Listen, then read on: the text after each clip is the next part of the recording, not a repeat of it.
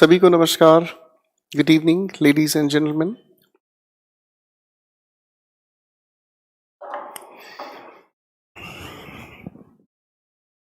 एक बार फिर से सभी को नमस्कार। चलिए दोस्तों शुरू करते हैं आज का वोकैबुलरी सेशन। सबसे पहले सर जरा वोकैबुलरी सेशन लगाएंगे please. Good evening my dear students. आज के बेहतरीन इडियम्स एंड फ्रेजेस आपके सामने आ रहे हैं। एक एक करके मेरे साथ सुने, समझें और रिवाइज करने की कोशिश करें। सबसे पहले जिक्र आता है एट आ स्नेल स्पेस। अगर हम इसकी बात करते हैं तो इसका मतलब हुआ moving very slowly. Snail basically, snail अपने आप में एक तरह का छोटा सा क्रीपर है जो बड़े आराम से चलता है। मैं बनाकर दिखाता हूँ।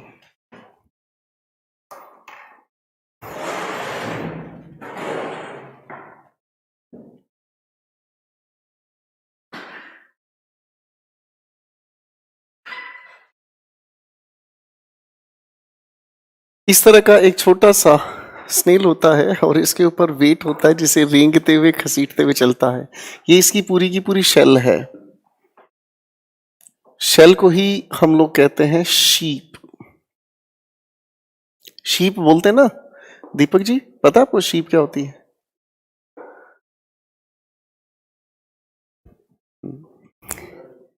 हाँ, कछुआ नहीं होता, ये बहुत छोटा होता है snail. Busy as a bee, इसका अर्थ हुआ एक्सट्रीमली बिजी। जब कोई इंसान अपने काम में या किसी भी तरह की एक्टिविटी में बहुत बिजी हो उसे हम कहते हैं बिजी एज अ बी। अगले सर बातचीत को देखते हैं।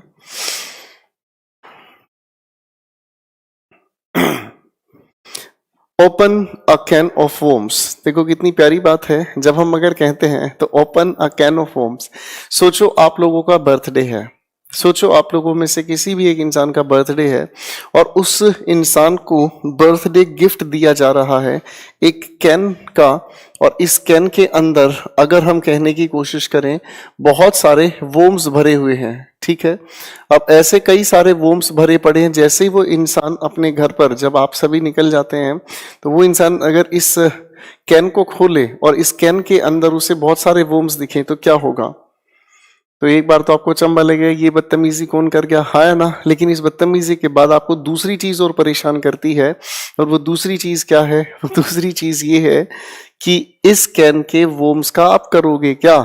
ठीक है ना। जिस इंसान ने ये किया उसको तो आप खूब खुंदक से गालियां दे लोगे, लेकिन इस कैन का करोगे क्या? तो इसे हम कहते हैं create a whole new set of problems, एक नई समस्या का जन्म देना।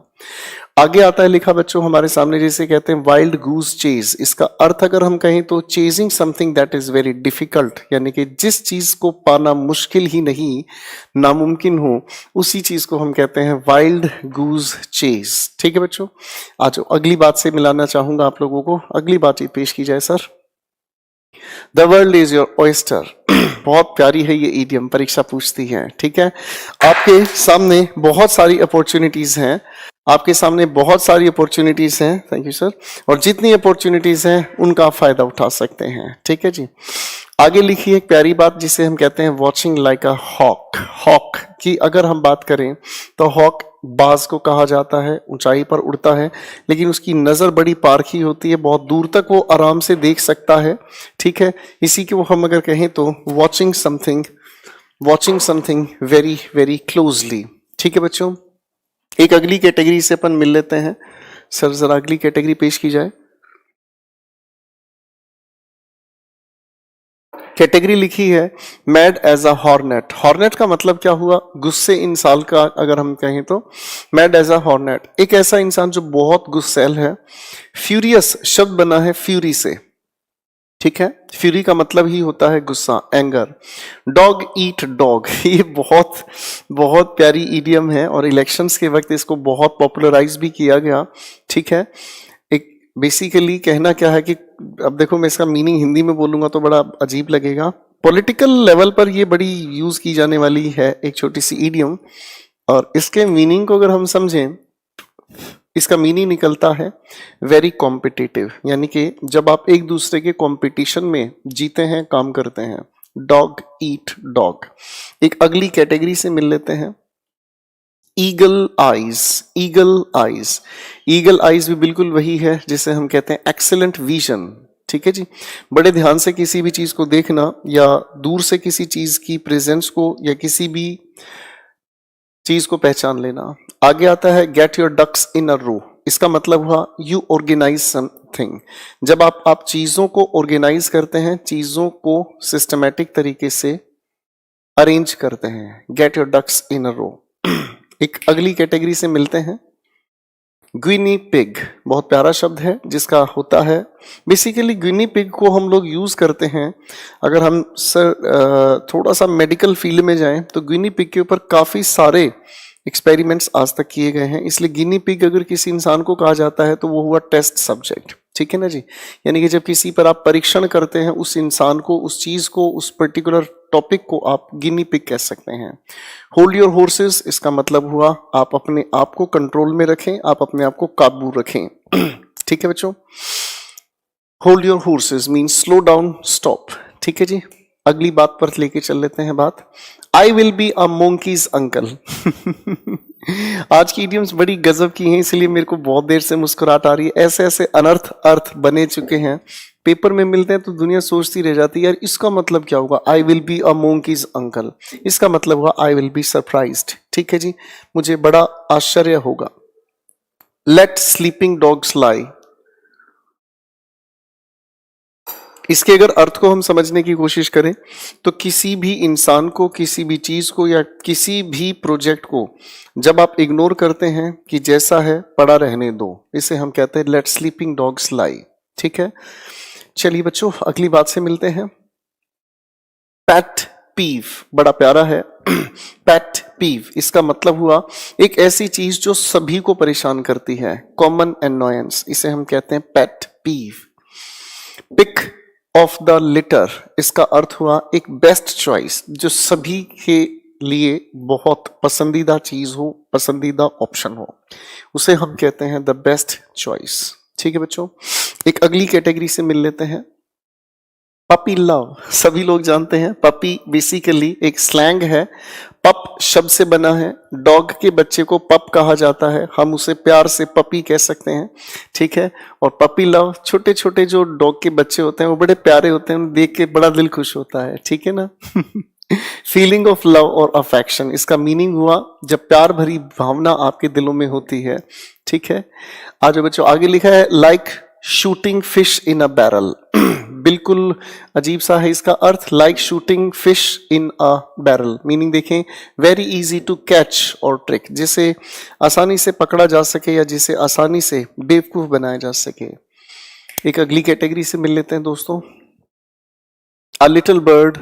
बर्ड की जगह बर्डी, ये स्लैंग है, टोल्ड मी, इसका मतलब क्या हुआ, किसी सीक्रेट का पता चलना।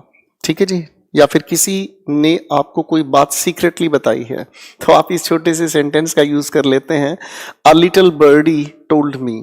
ठीक है, अगली बात आती है bull in a china shop. काफी बार परीक्षा ने ये चीज पूछी है, हर बार लगभग देखने को मिलता है, वेरी क्लमजी पर्सन। अब सोचो चाइना शॉप, चाइना का मतलब यहां ये नहीं है कि चाइना की कोई दुकान है, बेसिकली चाइना एक मटेरियल है जिससे आप लोगों के डिश बनते हैं, आप लोगों का कप बनता है, प्लेट बनता है। ठीक है भाई, तो कप या प्लेट जो बनती है, ये चीजों की जो आप आती है, इन्हें हम चाइना वियर कहते हैं। ठीक है ना जी, तो ऐसी जगह पर अगर हम किसी बुल को बांध दें तो डेफिनेटली वो बिल्कुल अजीब लगेगा, क्योंकि चाइना चीजों की जो बनती हैं, चाइना वियर चीजें हम जिन्हें कहते हैं, वे बड़ी खूबसूरत होते हैं। अब बुल वहां पर हो तो it is called a very clumsy person. बार बार परीक्षा ने पूछा है और अधिकतर लोग इसे मिस रीड करते हैं और कहते हैं सर इसका मतलब कहीं ये तो नहीं कि वो इंसान जो डेंजरस है दूसरों के लिए, ऐसा इसका कोई मीनिंग नहीं है। ठीक है, अगली बात से मिल लेते हैं, बटरफ्लाइज इन वन स्टोमक। ठीक है जी, बेसिकली ये होता है जब कोई इंसान कुछ बोलने से पहले नर्वस हो जाता है। ठीक है, जैसे आप अगर किसी भी इंसान के पास जाकर कहना चाहते हो मैं तुम्हें पसंद करता हूं, तो आप ऐसा बोलने से पहले आपके you feel butterflies in one's stomach, ठीक है ना जी, आपको बड़ा अजीब फील होता है, नर्वस फील करते हैं, इसका मतलब लैक ऑफ कॉन्फिडेंस भी कहा जा सकता है। All bark and no bite, इसका मतलब खूब शोर हो लेकिन उसका पर्पस कुछ ना हो। कहते हैं ना जी, थोथा चना बाजे घना, सुना आप लोगों ने, ये वही है, ऑल बार्क नो बाइट, ठीक है। अगली बात से मिल लेते हैं sir. Which came first, the chicken और द एग? ये एक बहुत अच्छी पहेली है, ठीक है ना, ये एक बहुत अच्छी पहेली है और एक ऐसा सवाल जिसका आंसर ढूंढना बड़ा मुश्किल है, ठीक है। आप लोग हिंदी में नहीं बोलते इस बात को, पहले मुर्गी आई या अंडा, है जी, वैसे इस सवाल का जवाब है, ठीक है, वैसे इस बात का जवाब है, इस सवाल का जवाब है वुल्फ। बेटा इस शब्द को बोलने की कोशिश करना, वुल्फ, ये वुल्फ नहीं है, it's wolf in sheep's clothing. इसका मतलब क्या हुआ, वो इंसान जो वेश बदलकर धोखा देने का काम करता है, a dangerous person who can cheat you any time. Wolf in sheep's clothing, भेड़ की खाल में घड़ियाल या भेड़ की खाल में भेड़िया कह सकते हैं कई बार, ठीक है। आओ अगली बात पर चल लेते हैं। You can't teach an old dog new tricks, ठीक है ना जी, ये तो आप हिंदी में भी बोलते ना, बाप को सिखाता है you can't teach an old dog new tricks, जो पुराना खिलाड़ी है आप उसे नई ट्रिक सिखाने की कोशिश करो, वो आपसे पहले ही जानता है। देखो एग्जाम्पल बड़ा प्यारा है, my mom won't learn how to use the computer, I guess you can't teach an old. अब ये देखो कॉन्टेक्स्ट भी बिल्कुल क्लियर है। चलिए सर आगे देखते हैं।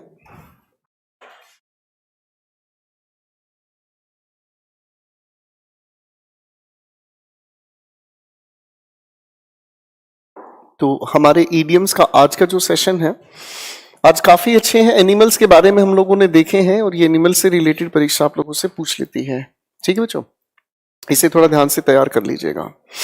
चलो मेरे भाई, पिछली क्लास तक हम लोगों ने टेंस के बारे में पढ़ा था, टाइमलाइन के बारे में पढ़ा था सर 1 मिनट के लिए कमेंट लगा के दिखाना जरा, कुछ बच्चों की प्रतिक्रिया प्यार प्रेम है हमारी तरफ से वॉइस बिल्कुल क्लियर है, वीडियो भी चल रही है। स्लैंग क्या होता है, ये स्लैंग की जिक्र हम लोग करेंगे बेटा, आगे हम लोग एक अगला टॉपिक पढ़ेंगे नाउन के बारे में, तब हम स्लैंग के बारे में बात करेंगे। क्या आप मेरी आवाज ठीक से सुन पा रहे हैं?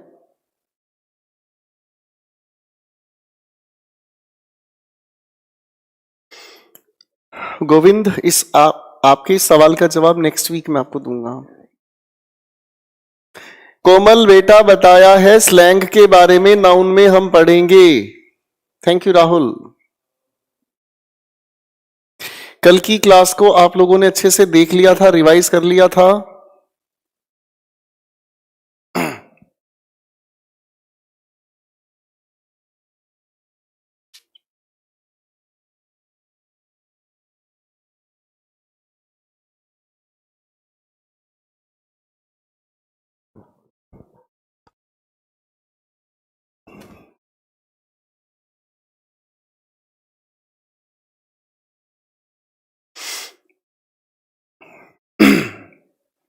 चलिए,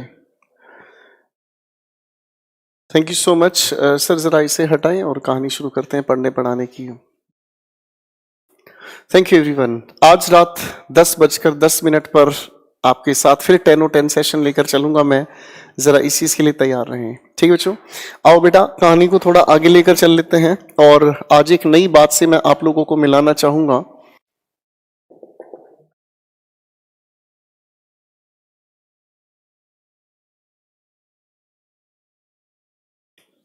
past indefinite versus past perfect.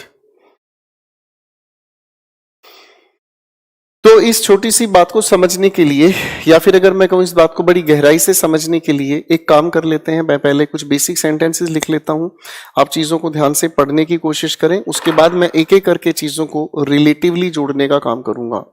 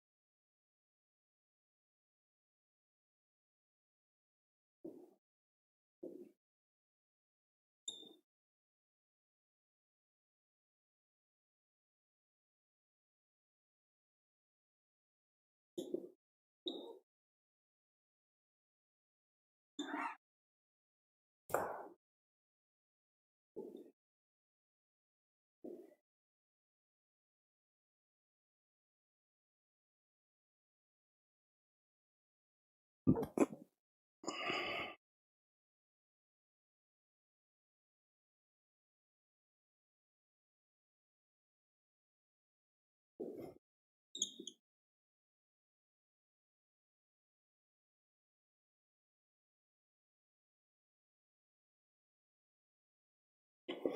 आपके सामने दोस्तों 4 सेंटेंसेस लिखे हैं। चारों के चारों सेंटेंसेस के सेट को थोड़ा ध्यान से पढ़ने की कोशिश कीजिएगा।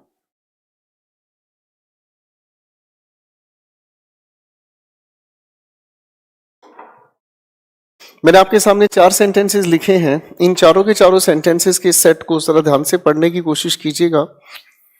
फिर मैं आपके साथ मिलकर शुरू करूंगा चीजों को डिटेल में समझने समझाने का प्रयास।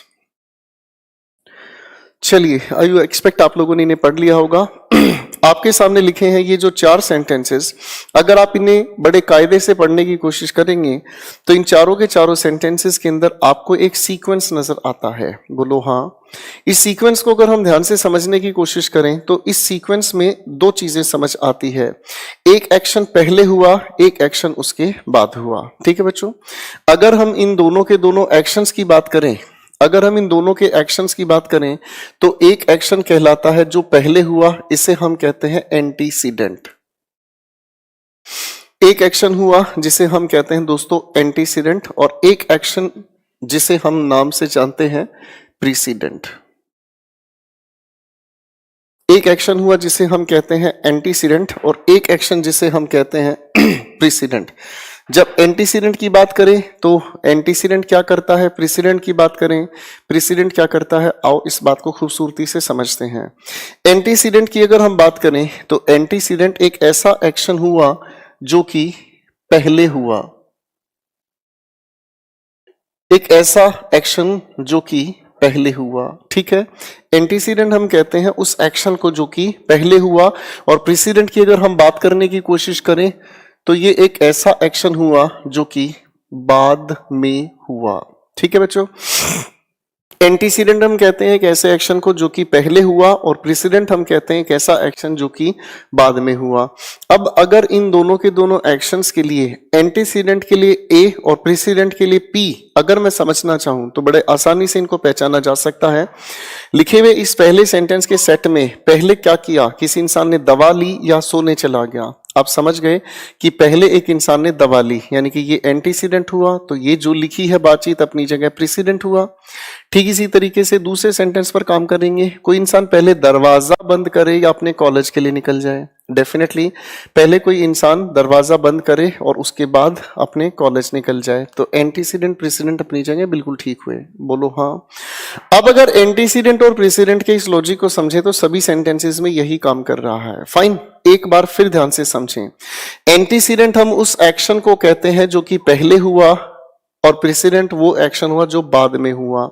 जब ये एक्शन पहले हुआ तो मीनिंग हमें समझ में आता है ये एक ऐसा एक्शन हुआ जो पहले कंप्लीट हुआ। अब अगर ये एक्शन पहले कंप्लीट हुआ तो इस एक्शन को बताने की कोशिश हम करते हैं हमेशा कंप्लीट होने के नाते कौन से टेंस के साथ, परफेक्ट टेंस के साथ।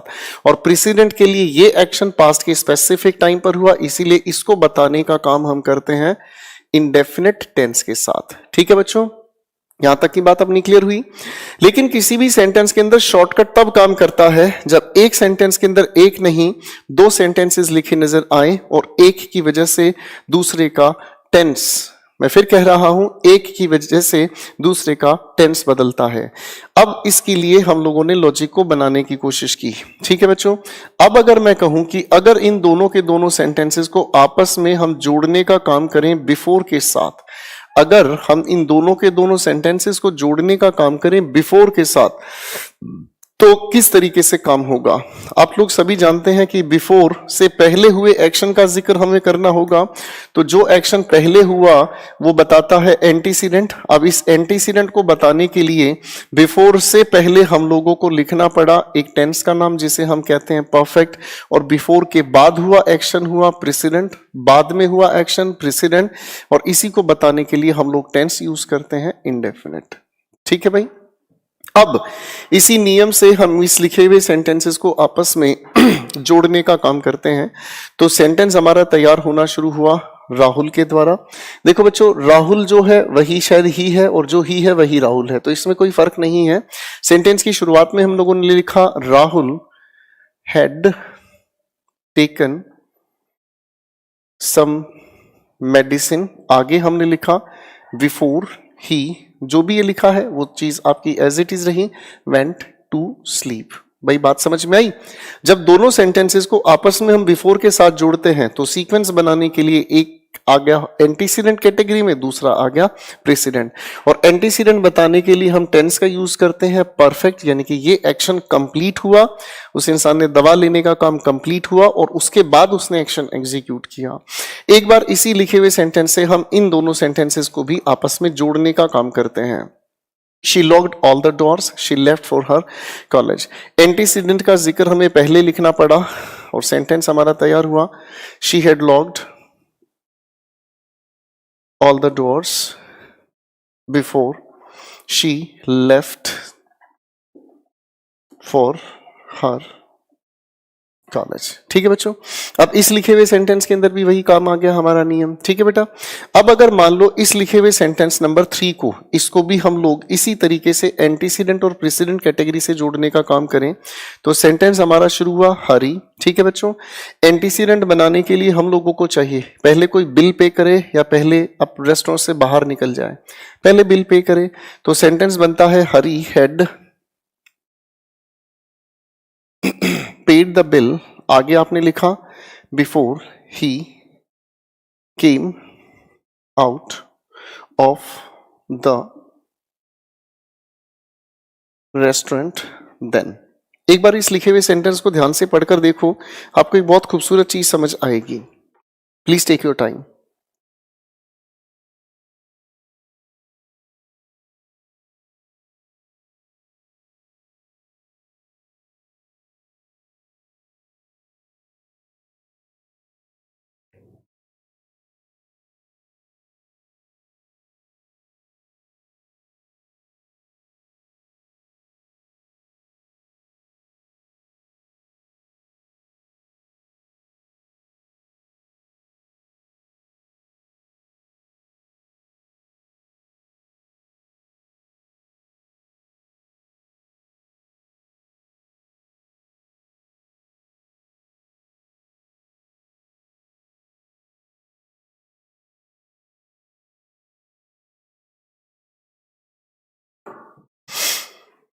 ठीक है, तो आप लोग अगर इस सेंटेंस को ध्यान से देखेंगे तो समझ आता है कि जब हमने बिफोर से एक सीक्वेंस बनाने की कोशिश कर ही ली है तो हम लोगों को लिखे हुए सेंटेंस में इस देन की जरूरत नहीं है।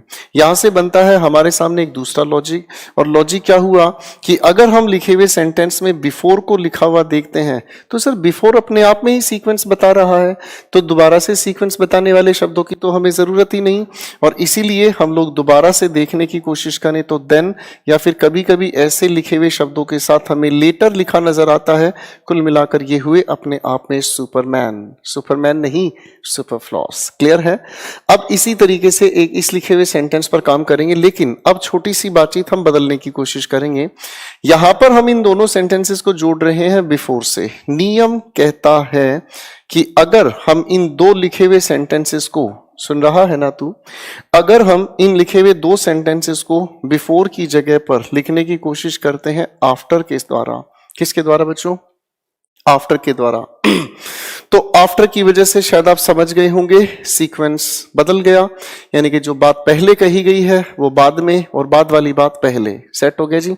इसका मतलब ये समझ आया कि जो बात हमारी बाद की है, इसका मतलब जो लिखी है बात प्रेसिडेंट, वो हमने लिखा पहले, और प्रेसिडेंट को बताने के लिए हम यूज करते हैं इंडेफिनिट टेंस, और जो आने वाली बातचीत है वो हुआ एंटीसीडेंट बाद में, इसका मतलब हम इसे बताने का काम करते हैं परफेक्ट।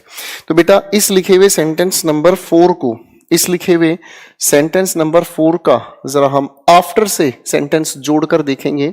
ठीक है बेटा, हमारे सामने लिखा है Mansi picked up the phone, she said hello later. अब आप फोन उठाएंगे पहले और हेलो बोलेंगे बाद में। दोनों सेंटेंसेस को जोड़ने की कोशिश हम करते हैं तो सेंटेंस हमारे सामने तैयार होता है, चाहे कुछ भी हो। मानसी का जिक्र तो हमें पहले ही लिखना पड़ा, Mansi said hello later after she had picked up the phone. एक बार ध्यान से देखो, क्या इस सेंटेंस में कोई गड़बड़ है? ध्यान से देखो बेटा.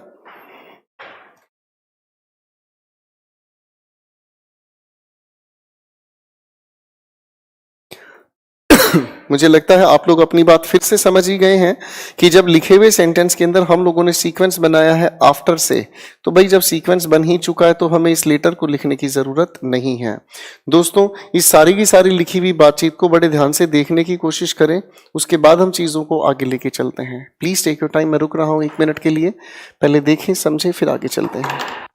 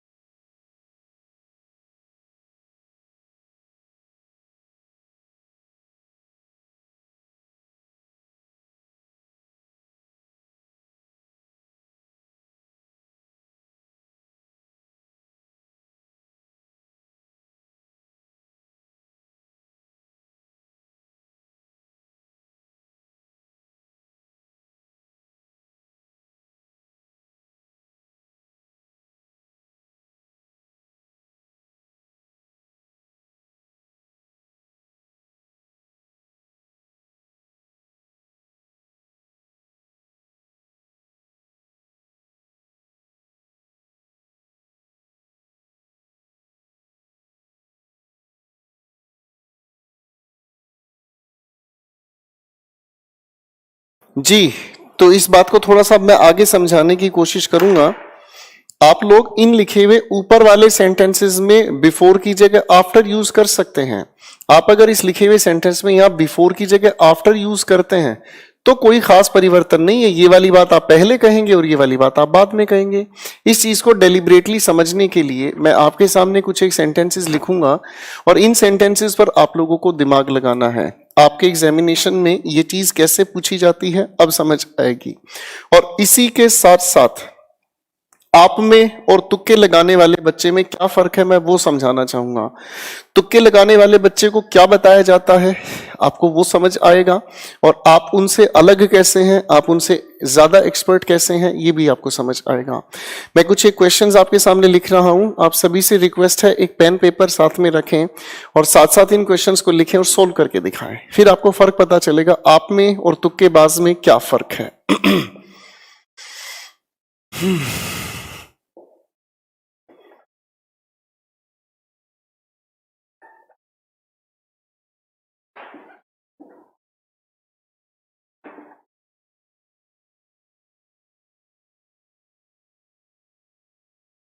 हम्म.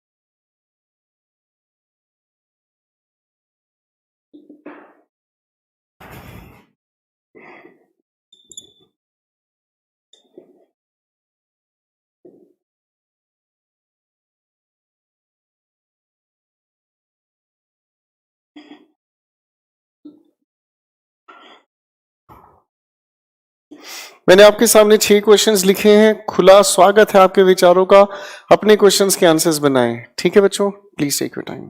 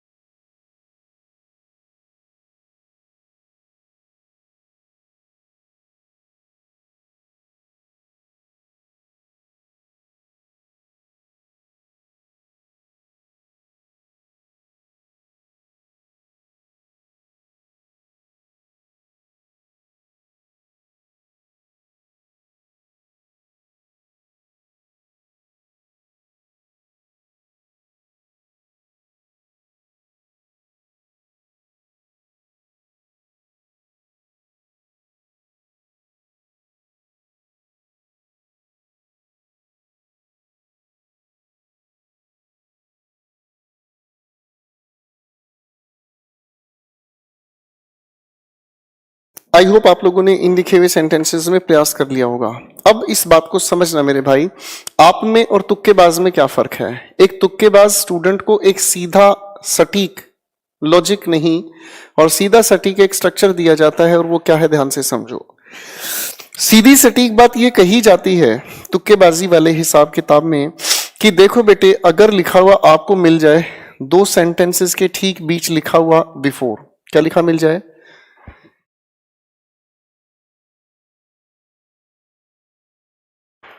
एक तुक्केबाज को कहा जाता है कि अगर आपको 2 सेंटेंसेस के बीच लिखा हुआ नजर आ जाए बिफोर, तो इस बिफोर की वजह से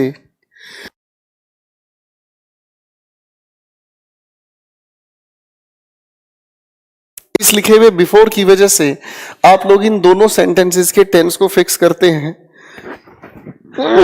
सॉरी। और आप इस लिखे हुए सेंटेंस के बीच अगर बिफोर देखते हैं तो पहले लिखे हुए सेंटेंस के साथ आप हमेशा हेड के साथ third form of verb use करते हैं, और दूसरी तरफ आप हमेशा यूज करते हैं सेकंड फॉर्म ऑफ वर्ब। अब अगर इसी लिखे हुए सेंटेंस की जगह हम लोगों को लिखा हुआ मिल जाए सेंटेंसेस के बीच आफ्टर, तो तुक्केबाजी वाले टीचर कहते हैं कि भाई आप इस वाले हिस्से में लिखते हैं सेकंड फॉर्म ऑफ वर्ब, और इधर आप लोग लिखने की कोशिश करते हैं हेड के साथ थर्ड फॉर्म ऑफ वर्ब। ठीक है, ये है तुक्केबाजी का स्टैंडर्ड। अब इस हिसाब से लिखी हुई सेंटेंस को जब देखते हैं तो स्टूडेंट्स अपना तुक्का लगाना शुरू करते हैं। हेड के साथ third form, before second form, sentence सही है। ठीक है, क्या ये सेंटेंस सही है? तो जिन लोगों को सीक्वेंस बनाना आ गया है, जिन लोगों को सीक्वेंस बनाना आ गया है, वो ये बात बहुत गहराई से समझ सकते हैं कि सीक्वेंस की वजह से एंटीसीडेंट और प्रेसिडेंट डिसाइड होते हैं। ठीक है, अब कॉमन सेंस लगाने की कोशिश करना मेरे भाई। कॉमन सेंस लगाने की कोशिश करना इस बात में कि पहले कोई इंसान ट्रॉफी रिसीव करे या थैंक्स कहे, बताओ। पहले कोई इंसान ट्रॉफी रिसीव करे या थैंक्स कहे? अरे भाई, सबसे पहले तो आप ट्रॉफी रिसीव करोगे, उसके बाद ही तो थैंक्स कहोगे। इसका मतलब ये जो लिखी हुई बातचीत है ये अपने आप में एंटीसीडेंट है, बोलो हाँ। यानी कि ये लिखी हुई बातचीत अपने आप में एंटीसीडेंट है, तो यहां पर रिसीव्ड ना होकर या सॉरी, यहां पर हमें लिखना होगा हैड रिसीव्ड। एंटीसीडेंट के लिए पास्ट परफेक्ट हम यूज करते हैं, और यहां पर ये जो भी बात हमारे सामने लिखी हुई है ये बेसिकली एक प्रेसिडेंट है। ठीक है भाई, और अगर ये प्रेसिडेंट है तो प्रेसिडेंट का परफेक्ट से लेना देना नहीं, प्रेसिडेंट की वजह से हमने इसे हेड को हटाया। अब मुझे देखना है कि क्या ये लिखा हुआ बिफोर अपने आप में सही है। अब हमें समझ आता है बिफोर नहीं सर, यहां पर यूज होना चाहिए आफ्टर। ठीक है बेटा, एक बार फिर से प्रयास करते हैं। क्वेश्चन नंबर 2 को ध्यान से देखते हैं। लिखा है Raunak had stopped his car before he saw me. ठीक है बेटा, अब पहले एक बार सोच के देखो, पहले कोई इंसान आपको देखे या गाड़ी रोके? डेफिनेटली पहले कोई इंसान आपको देखेगा तभी तो गाड़ी रोकेगा। ऐसा तो नहीं होता ना कि पहले आप गाड़ी रोके फिर देखने की कोशिश करें, दिख जाए कोई शिकारी। अनर्थ है ये अपने आप में। ठीक है, इसका मतलब ये समझ आया कि ये जो लिखी हुई बातचीत है ये बेसिकली एंटीसीडेंट है, और एंटीसीडेंट को बताने की कोशिश हम करते हैं पास्ट परफेक्ट के साथ। तो ये जो भी कुछ हमारे सामने लिखा है बेसिकली ये प्रेसिडेंट हुआ, और प्रेसिडेंट सिर्फ पास्ट इंडेफिनिट में बताया जाता है। अब अगर देखें तो एंटीसीडेंट इधर, प्रेसिडेंट इधर, बिफोर को हटाकर यहां पर भी हम लोगों को लिखना पड़ा आफ्टर। बात कुछ समझ आ रही है? तो के बाद स्टूडेंट सिर्फ इस लॉजिक पर काम करते हैं, वो सोचते हैं ये जहां मिल जाए हम तो अपने एरर मार्क कर देंगे। लेकिन एक स्टूडेंट जो एक्सपर्ट है वो क्वेश्चन के सीक्वेंस को समझता है, एंटीसीडेंट और प्रेसिडेंट। ठीक है जी।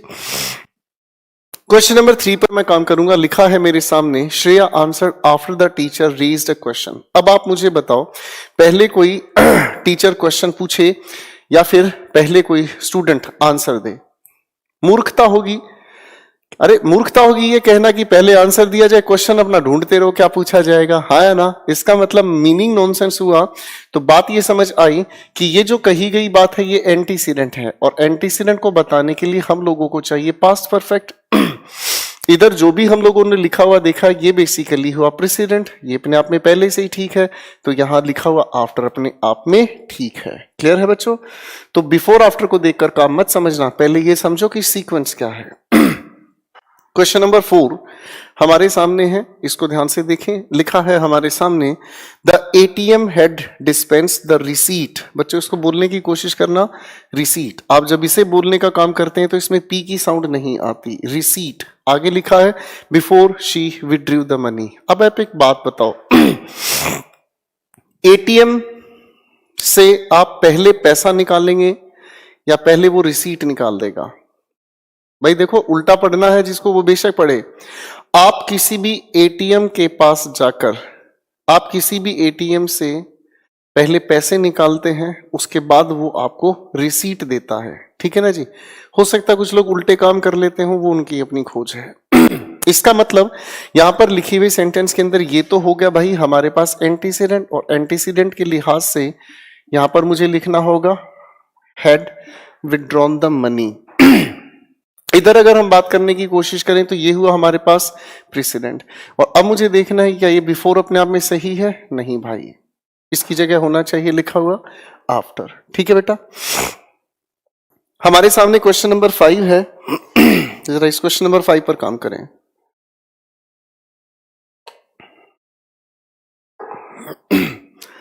हमारे सामने लिखा हुआ क्वेश्चन नंबर 5, जरा इस पर काम करके देखते हैं। लिखा है हमारे सामने sentence, before rakhi had completed her degree she opened her clinic. अब एक बात बताओ, कोई भी इंसान पहले अपनी डिग्री कंप्लीट करे या फिर पहले क्लिनिक खोल के बैठ जाए? अब मूर्ख लोग हैं वो ये कहेंगे जी पहले क्लिनिक खोल ले फिर डिग्री विग्री करते रहेंगे, देखा जाएगा जो होगा। ये मूर्खता वाली बातें हैं।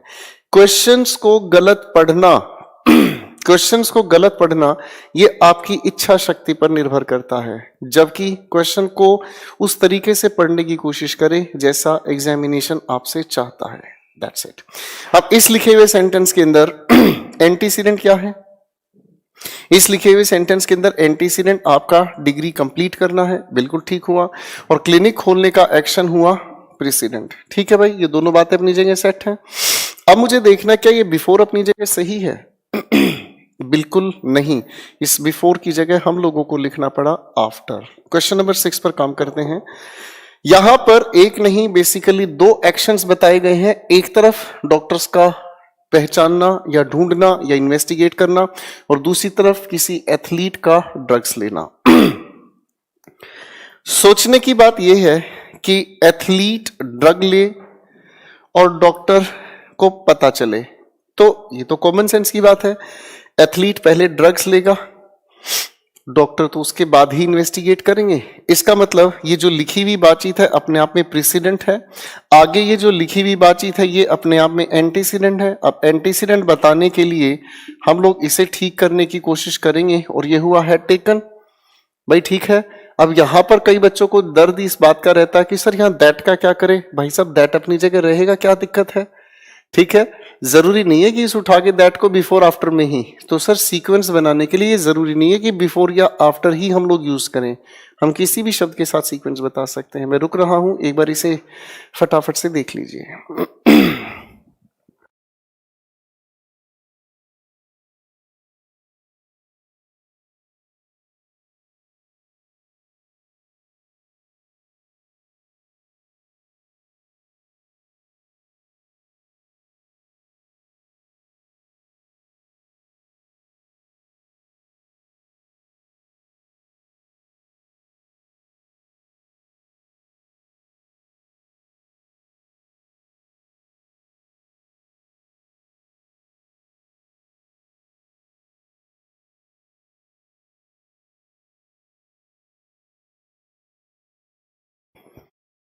बड़े ध्यान से लिखें, समझें इन सारी की सारी लॉजिक्स को।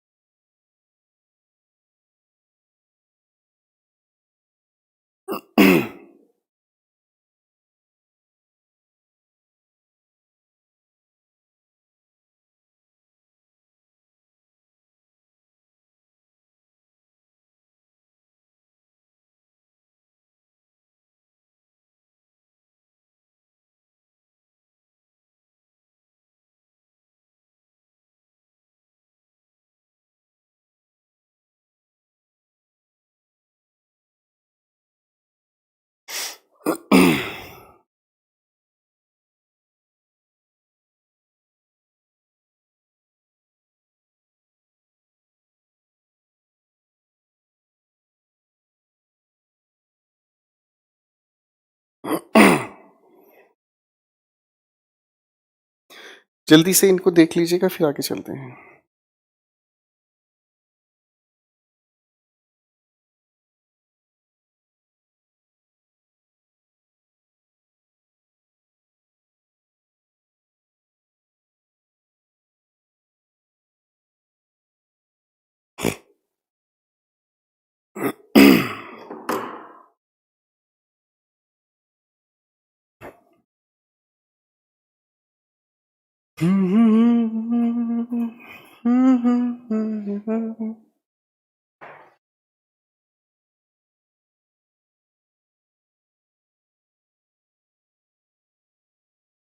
सीखना कितना खूबसूरत हो सकता है।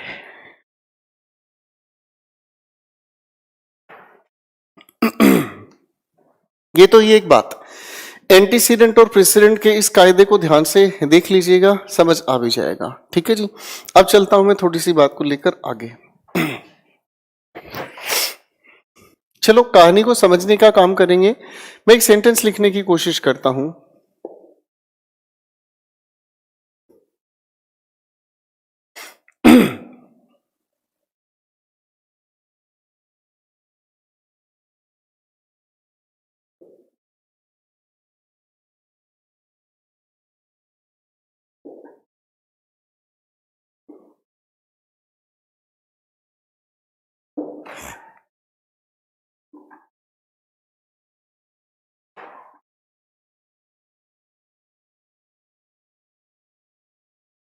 मैंने आपके सामने दो सेंटेंसेस लिखे हैं, दोनों के दोनों सेंटेंसेस को थोड़ा ध्यान से देख लीजिएगा प्लीज। मैंने आपके सामने दो सेंटेंसेस लिखे हैं, दोनों के दोनों सेंटेंसेस को थोड़ा ध्यान से देख लीजिएगा। आज रात 10 बजे लेट अस मीट इन 10 और 10 सेशंस। खैर, मेरे सामने लिखा हुआ यहाँ पर बेसिकली एक नहीं दो सेंटेंसेस हैं, और इन दोनों के दोनों सेंटेंसेस को अगर हम समझें तो इन दोनों के दोनों सेंटेंसेस में पास्ट इंडेफिनिट यूज हुआ है। मैं इस बात को थोड़ा सा क्लैरिफाई करना चाहूंगा।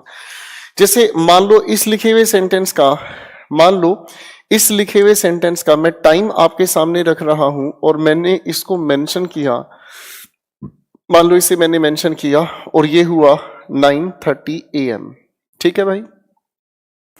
और शी लेफ्ट हर ऑफिस, इसका भी मैंने टाइम आप लोगों के सामने रख दिया और ये टाइम मान लीजिए मैंने आपके सामने लिखा 10 AM, ठीक है भाई।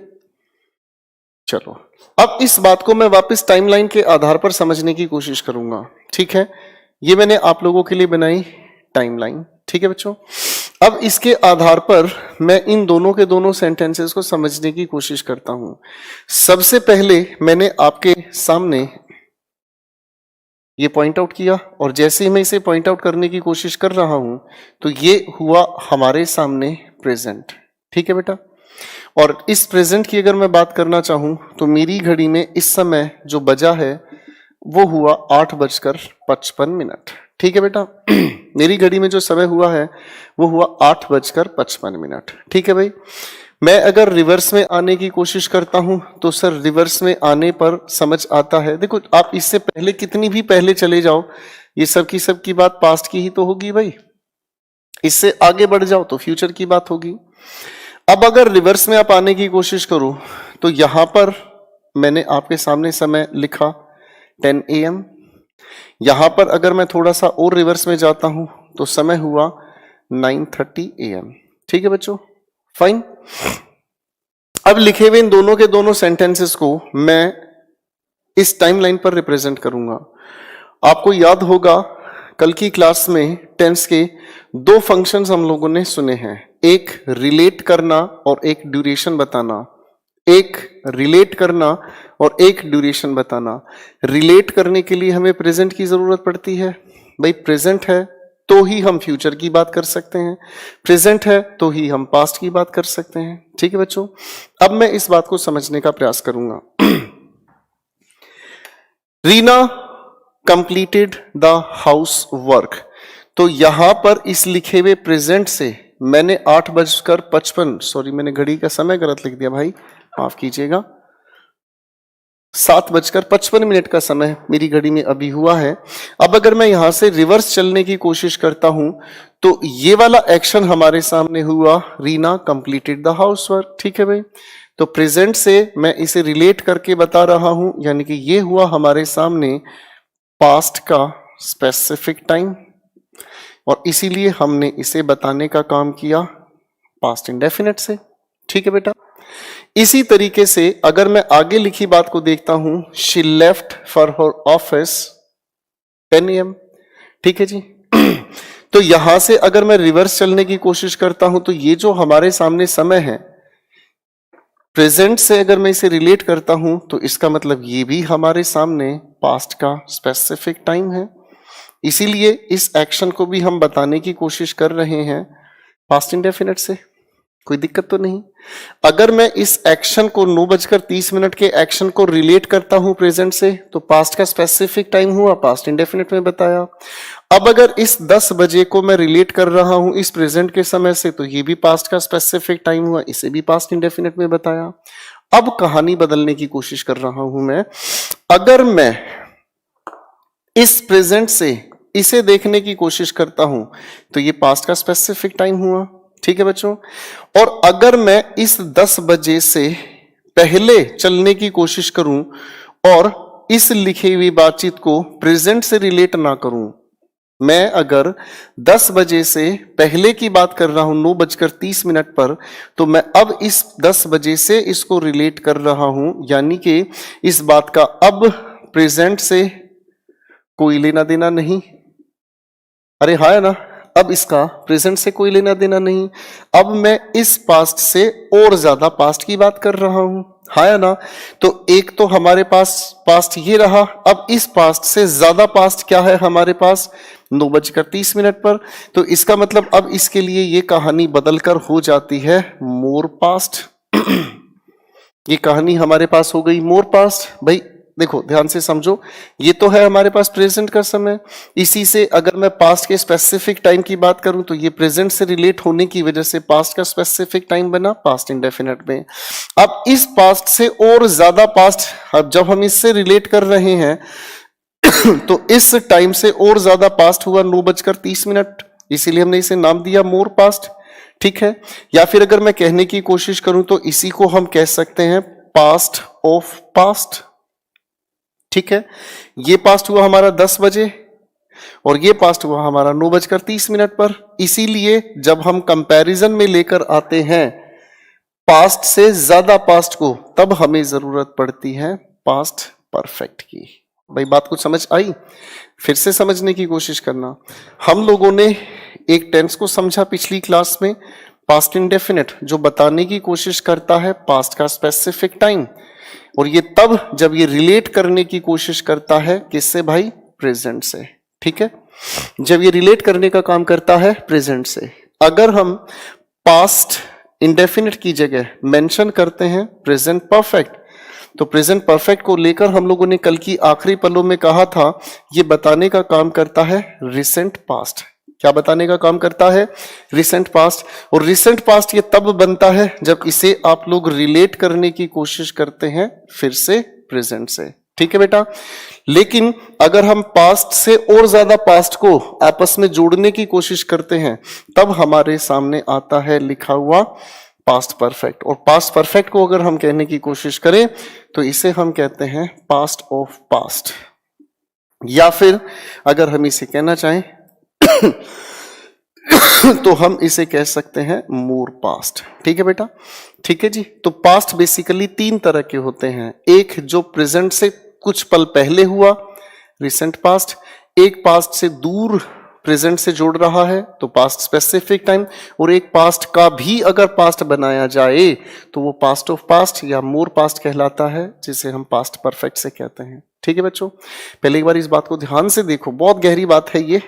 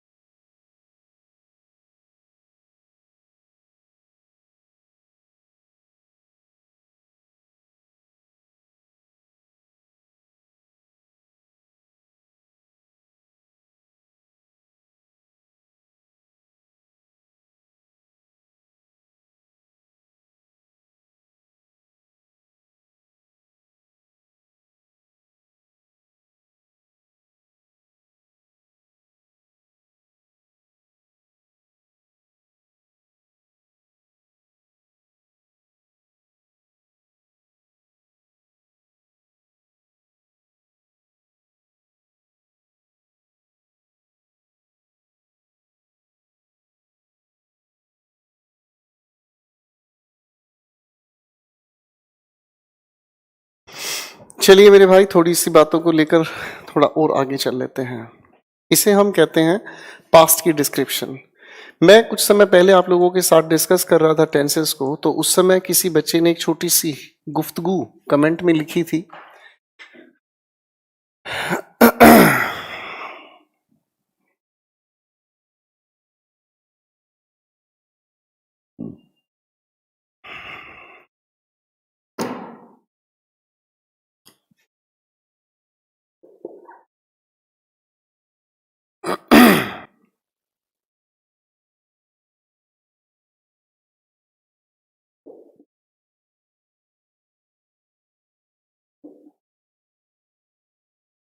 अब कोशिश करना, सोचने की कोशिश करना, क्या ये लिखा हुआ सेंटेंस अपने आप में ठीक है? क्या ये लिखा हुआ सेंटेंस अपने आप में ठीक है? सोचने की कोशिश करें, सोचने की कोशिश करें, क्या ये लिखा हुआ सेंटेंस अपने आप में ठीक है? थोड़ा ध्यान से समझते हैं। मैं अगर आपसे पूछूं, क्या ये लाइन अपने आप में लंबी है? सवाल को बदल के पूछ लेता हूं, ये आपके सामने जो लाइन मैंने ड्रॉ की है, ये लाइन अपने आप में एक लंबी लाइन है या छोटी लाइन है? ये एक लंबी लाइन है या छोटी लाइन है? आप कहोगे सर हमारे पास आंसर है ही नहीं इस बात का। लाइन लंबी या छोटी तब होगी जब इसके बराबर में एक लाइन और ड्रॉ की जाए। अरे हाँ है ना? इसका मतलब पास्ट परफेक्ट में ये कहना तो तब सेंसिबल है क्योंकि पास्ट परफेक्ट हमें बताता है पास्ट ऑफ पास्ट। ये तो तब कहना सेंसिबल है जब इसके साथ हमें एक और पास्ट का सेंटेंस लिखा हुआ नजर आए। हाँ है ना? ये बेसिकली हमारे सामने पास्ट परफेक्ट लिखा है तो मोर पास्ट होगा इसके साथ। हाँ है ना? और मोर पास्ट तब काम करता है जब हम लोग इसी लिखे हुए सेंटेंस के साथ कोई और पास्ट की घटना लिखने की कोशिश करें। भाई बात समझ में आई? इसी बात की कंक्लूजन कहते हैं, इसी बात के कंक्लूजन कहते हैं कि हम किसी भी सेंटेंस में पास्ट परफेक्ट को सिंगल सेंटेंस में या इंडिपेंडेंट यूज नहीं करते। बात समझ में आई? पास्ट परफेक्ट का यूज कभी इंडिपेंडेंट एक अकेले सेंटेंस में नहीं होता। पास्ट परफेक्ट का सेंटेंस भाई जब भी हम बनाते हैं तो इसके लिए हमें एक नहीं दो सेंटेंसेस चाहिए क्योंकि पास्ट परफेक्ट बताता है मोर पास्ट और मोर पास्ट बताने के लिए हमें एक और पास्ट मेंशन करना पड़ता है जिससे ज्यादा पास्ट ये बनता है। एक बार इस बात को देख लीजिए, समझ लीजिएगा, फिर मैं टेंस के अगले लेवल पर आपको लेकर चलना चाहूंगा।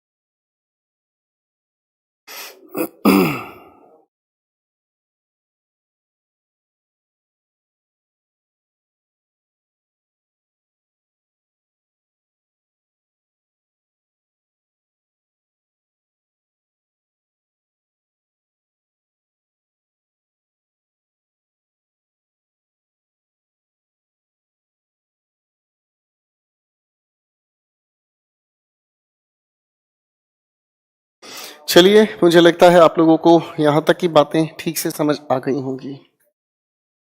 एक बार फिर से रिक्वेस्ट है आप सभी से, प्लीज अपनी यहां तक की सारी वीडियोस को अच्छे से देख लेंगे तो आप ही लोगों को इंप्रूवमेंट महसूस होगा, वरना कोई बात नहीं।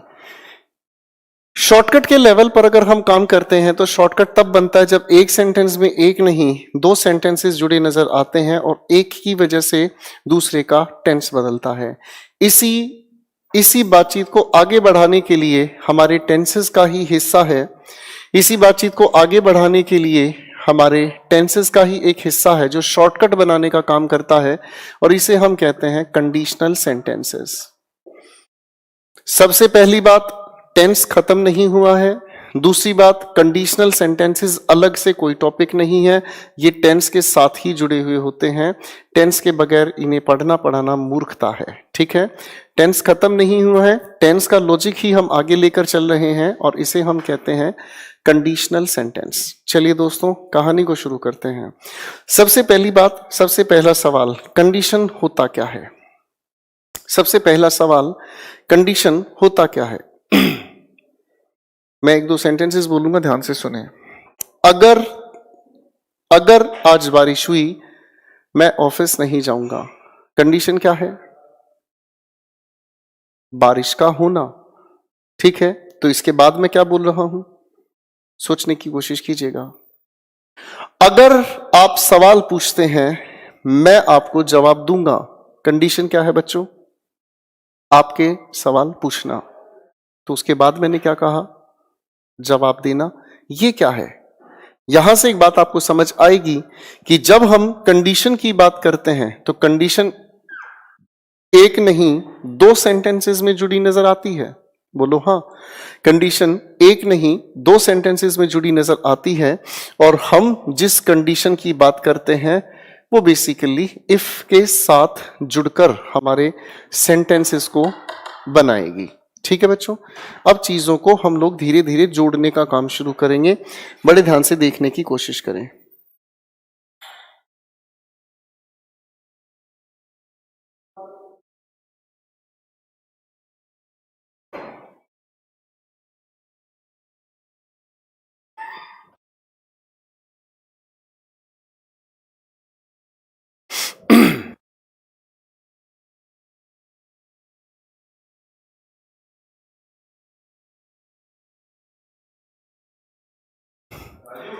हम अब बात करनी शुरू करेंगे इफ के साथ, और इफ से जुड़े हुए हमारे पास एक नहीं बेसिकली दो सेंटेंसेस हैं और यही है हमारे कंडीशन का खेल, ठीक है बच्चों।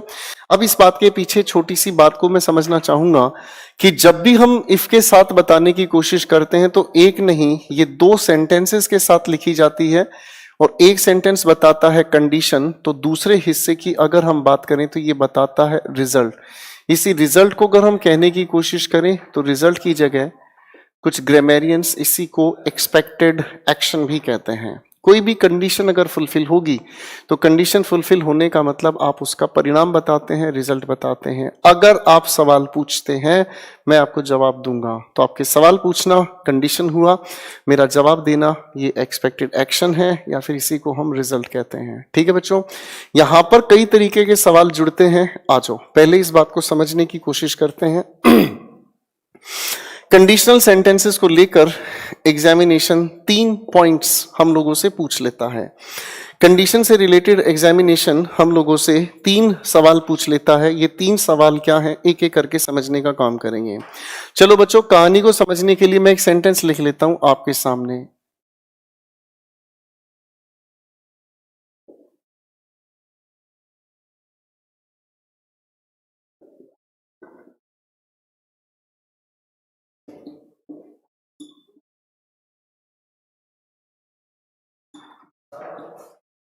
मैंने आपके सामने एक सेंटेंस लिखा, आप इस लिखे हुए सेंटेंस में बताएं जरा क्या करेक्शन हो सकती है।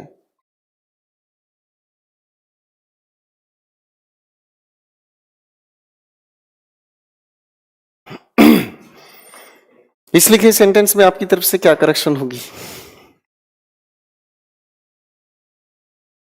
बहुत सारे लोग इसके ऊपर दिमाग लगा रहे हैं होंगे और सोच रहे होंगे अरे सर इफ के साथ विल नहीं आता। अगर आप सेंटेंस को ध्यान से देखने की कोशिश करोगे तो सेंटेंस को अगर हम ध्यान से देखते हैं तो इधर लिखा है if he will host a party he qualifies the exam. In fact इस लिखे हुए सेंटेंस के अंदर कंडीशन और रिजल्ट की अरेंजमेंट गलत लिखी है। फिर कह रहा हूं, इस लिखे हुए सेंटेंस के अंदर कंडीशन और रिजल्ट की अरेंजमेंट गलत जगह लिखी है। अगर हम थोड़ा ध्यान से देखेंगे, आ गया जी मूर्ख, कहता है विल हटेगा, यही तो है नशेड़ी। अब इस चीज को ध्यान से समझो। हमारे सामने लिखे हुए सेंटेंस के अंदर जो पहला नियम एग्जामिनेशन हमसे पूछता है उसे हम कहते हैं miss arrangement, miss arrangement of condition, ठीक है जी,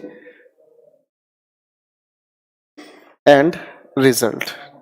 अगर हम ध्यान से देखने की कोशिश करें तो कंडीशन को बताने के लिए हम लोग यूज करते हैं इसके साथ इफ, और दूसरी तरफ हम लोग मेंशन करते हैं रिजल्ट। अगर हम इसे थोड़ा ध्यान से समझने की कोशिश करें तो इसका मतलब इस कंडीशन और रिजल्ट की अरेंजमेंट गलत है। इनफैक्ट ये लिखी है हमारे सामने कंडीशन, और कंडीशन के साथ हम लोग यूज करते हैं इफ को।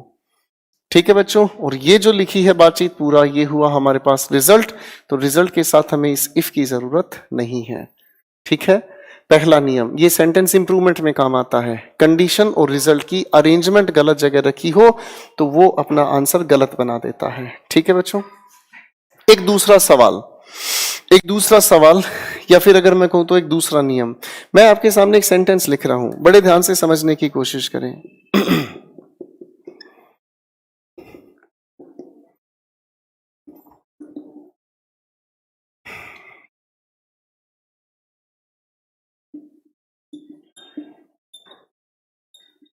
मैंने आपके सामने एक सेंटेंस लिखा बच्चों, इस लिखे हुए सेंटेंस की हिंदी निकालें, क्योंकि सभी के सभी जो वैज्ञानिक हैं हमारी कक्षा के वो सारे के सारे हिंदी में एक्सपर्ट हैं। इस लिखे हुए सेंटेंस की हिंदी निकालें और फिर मैं आपसे पूछना चाहूंगा इसकी हिंदी क्या है। पहले सोचें, फिर मैं हिंदी आपसे ही पूछूंगा।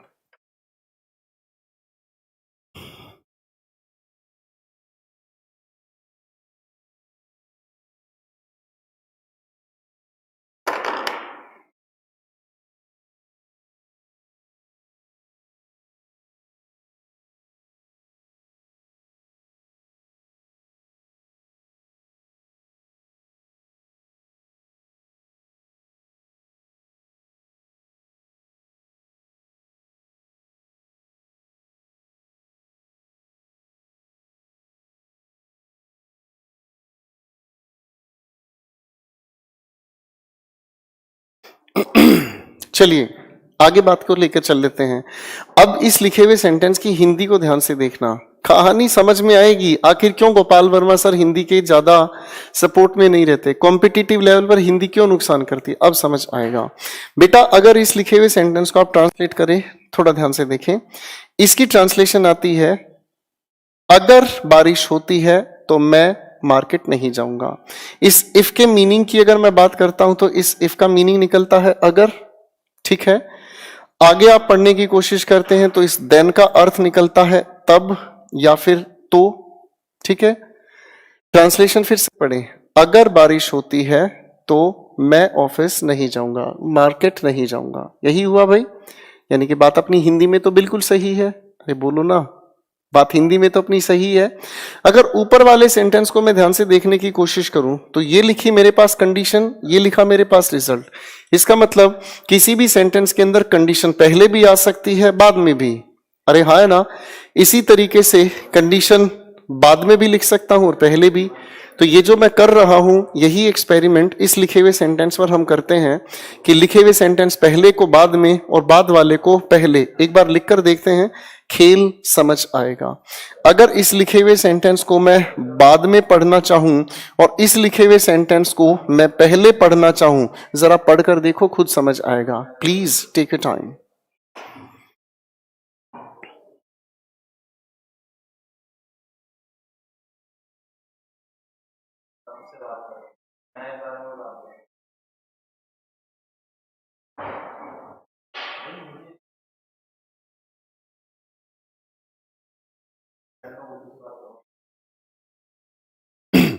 आप अगर इसको सर सेंटेंसेस को पहले और बाद में लिखने की कोशिश करेंगे तो सेंटेंस मैं ही पढ़ देता हूं आपके लिए, और सेंटेंस आप पढ़ रहे होंगे शायद, then I will not go to market if it rains. आप कहोगे सर इस लिखे सेंटेंस में फिर देन का क्या लेना देना है। हकीकत यही है बच्चों, यहीं से हमारे पास एक दूसरा नियम तैयार हुआ कि इफ के साथ तो हम जो भी बताने का काम करते हैं वो कंडीशन है। ठीक है, और आगे हम लोगों ने जो भी बताया वो रिजल्ट हुआ। और इन दोनों को स्प्लिट करने के लिए मैंने क्या कहा, इन दोनों को स्प्लिट करने के लिए हम सिर्फ और सिर्फ एक ही चीज का यूज करते हैं। क्या लिखा, शाबाश। इसके लिए हम लोगों को इस देन की जरूरत नहीं है। ठीक है बच्चों, यही आप लोगों का परीक्षा पूछता है भाई। कभी कभी इस देन की जगह, इस कोमा की जगह देन लिखा मिलता है, गलत। कभी कभी इसी की जगह लिखा मिलता है लेटर, इसका यूज भी गलत। बात समझ में आई? कंडीशन और रिजल्ट को स्प्लिट करने के लिए आपको किसी और शब्द की जरूरत नहीं है। कंडीशन और रिजल्ट को स्प्लिट करने के लिए एक कोमा काफी है। पहले इस बात को बड़े ध्यान से देखें, टेक योर टाइम, फिर मैं आगे बढ़ूंगा।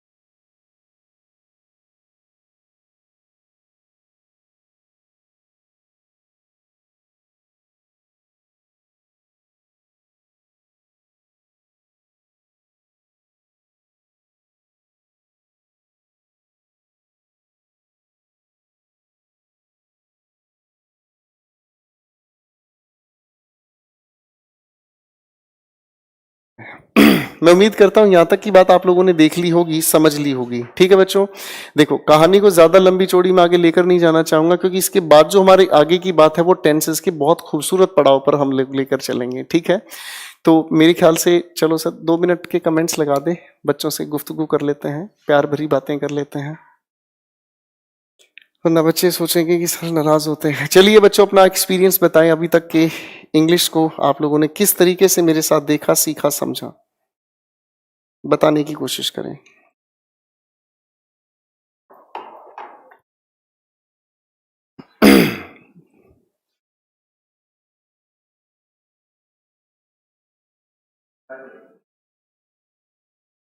शुभम साहब कहते हैं हाथ मत जुड़ा करो, हमें बिल्कुल अच्छा नहीं लगता। कोई बात नहीं। Thank you Sachin.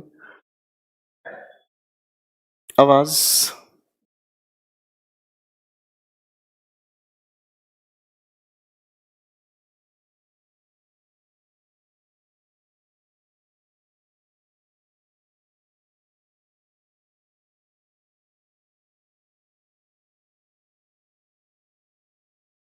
So nice. सबके मन चले कमेंट्स हैं भाई, सारे खुश हैं।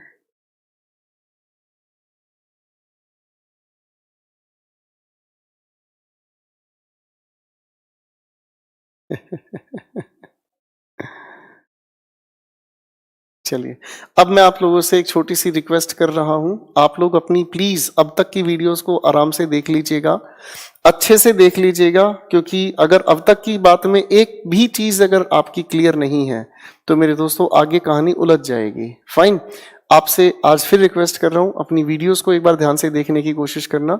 चीजें बहुत खूबसूरती से जुड़ती चली जाएंगी, ठीक है। और ये टेंस का ही हिस्सा है, अभी टेंस खत्म नहीं हुआ, अभी तो टेंस चलता रहेगा, ठीक है बच्चों। और टेंस का ये जब टॉपिक कंप्लीट होगा, मैं आपके साथ मिलकर हर एक क्वेश्चन की प्रैक्टिस करूंगा, आप लोगों को पढ़ना सिखाऊंगा, ठीक है। चलिए, आज के लिए इतना ही। Good night, love you all. 10:10 पर जुड़ना ना भूलें। 10:10 फॉलो करें मुझे। नीचे सब की सब डिस्क्रिप्शंस आपके सामने हैं। Love you all, good night, take care.